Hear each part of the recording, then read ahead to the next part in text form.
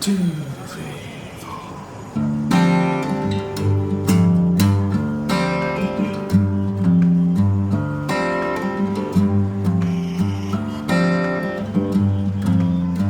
It's getting warm here now. Just look up at the sky. Clouds of dreams and smoke. Street side stir fry. The old city, she hides beneath a coat of beeswax. Got to pay your number, man. Got to pay your... PFA began like 20 years ago. The idea wasn't the wildlife hospital ever. It initially just began like a club for animals, like how we had in school, nature clubs and stuff. And that was the initial objective, to just have humane awareness and go meet kids and have them to be active in animal welfare. Us is a wildlife hospital which is located in Bangalore, and we get a lot of urban wildlife. So these urban wildlife, when I say, it could range anywhere from a small sunbird to a big spotted deer. Bangalore is expanding pretty fast, with the tech age and the modernization. We've been interfering a lot with the wildlife that is already there, and Bangalore's lucky to have so much wildlife all around us. And the city is fast expanding. We are seeing forests go, we are seeing the parks disappear, the lakes are drying up, and then animals get displaced, snakes get displaced, trees get cut, huge dwellings of the fauna gets eroded, and then they are at a loss of what to, where to go, what to do. They get injured.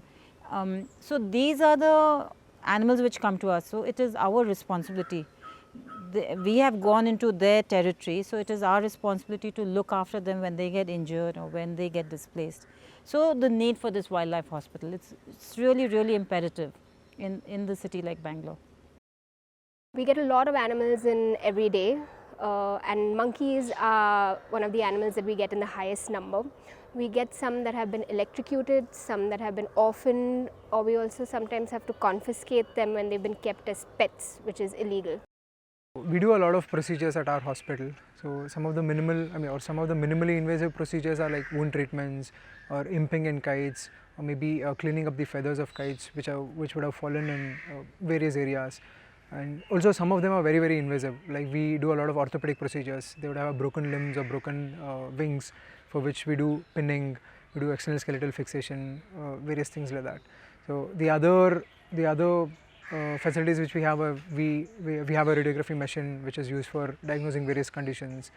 And again the cases vary depending on different species. Like in snakes, sometimes we get spinal injuries. So of course we can't operate spinal injuries, but what we do is we just put a splint, we immobilize them for a while. So, and we give them physiotherapy wherein the reflexes are regained, and after that slowly we get them back to their regular habitat or regular behavior, where we give them live prey and we observe them, and then we release them. We've crossed about 23,000 wildlife, and it's over 192 species. So which also shows, the kind of wildlife Bangalore is blessed with. We are crossroads in many forest zones around us. We are over migratory paths. And so we have Bangalore's blessed with a very rich wildlife, and most of us don't really see them, but they are there. When our monkeys first come in, they may just be 1 or 2 days old. So initially we house them in our ICU, where we feed them goat milk by a milk bottle every 2 hours. And once they're older, say around 3 months old, and we have a larger number of them, then we shift them to our primate enclosure, where they are with what we call a foster mother. So we have a couple of foster mothers here, most of whom are blind, who can't be released back into the wild, and they look after these babies and give them warmth and care and comfort and kind of discipline them a little bit. And once they are in that group for a couple of months, when they are around 8 months old or 9 months old, then we shift them to a large enclosure called the Socializing Cage. Socializing Cage that we had at PFA was over 10 years old, and it had gotten really dilapidated, and the walls were rusted, and it was pretty much falling apart. Another problem that we had with it is that the way it was designed was not very good. So the ground staff had to enter the cage when they had to feed the animals, and the monkeys would have a little bit too much of an interaction with people. So the idea of the socializing cage is that we have to cut off human interaction so that once they're released, they don't count on people for food.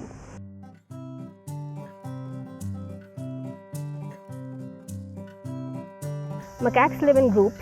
The idea of a socializing cage is to enable individual macaques to come together as one such group. To make that effectively happen, we had to approach it differently. We already had the experience from the functioning of our older cage, so that helped. Some shelters we'd contacted in various parts of the world also shared their experiences and designs with us. We didn't really have the funds to make it though. A philanthropist of the city, Bhupesh Reddy, came forward to help us to not only build it but also design it. Working with his team of architects and engineers was a unique experience. We picked the same spot where our first cage stood, tucked away from sight in a clearing. Arriving at the right design of the habitat was the real challenge. And the main idea of a socializing habitat is to allow the animals to recover well enough to survive and thrive in the wild.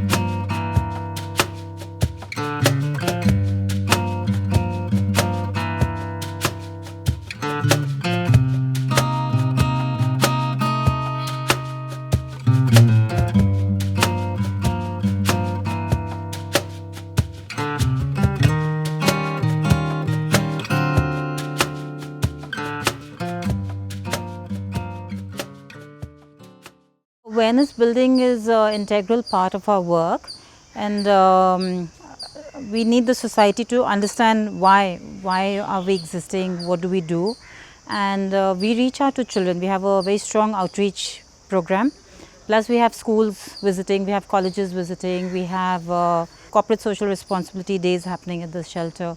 So children respond really strongly to animal welfare.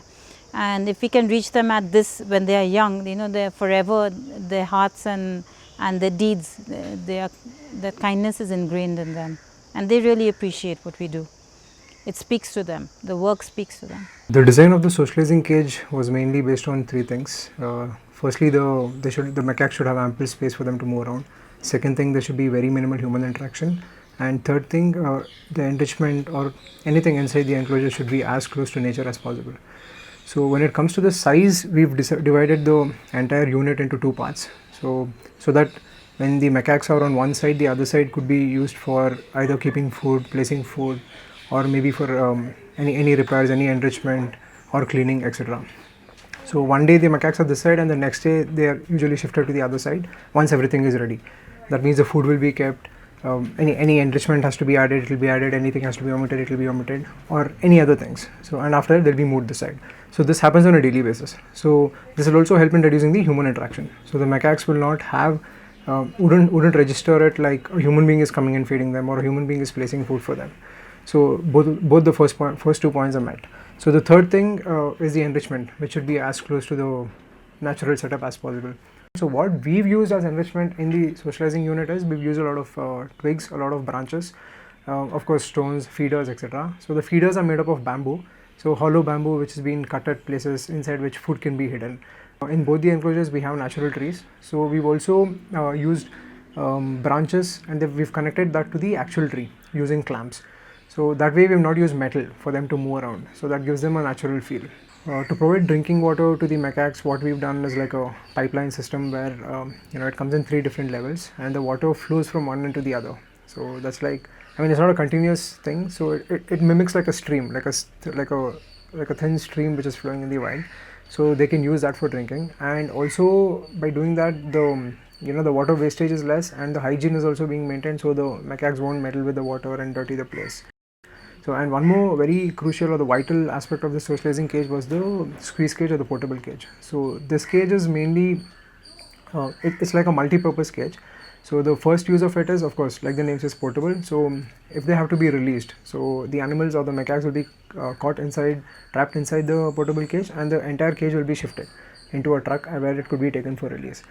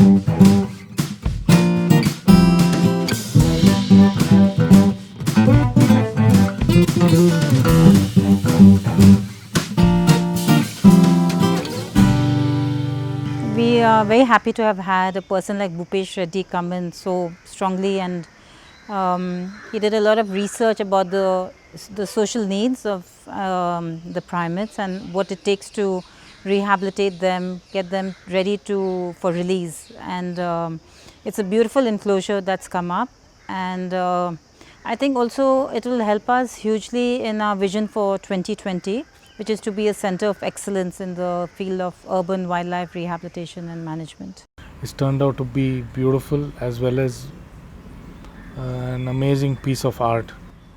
There's an emotional connect for me personally, as it was not only just a contribution like building a socializing cage, which was designed by somebody and I had to just execute it.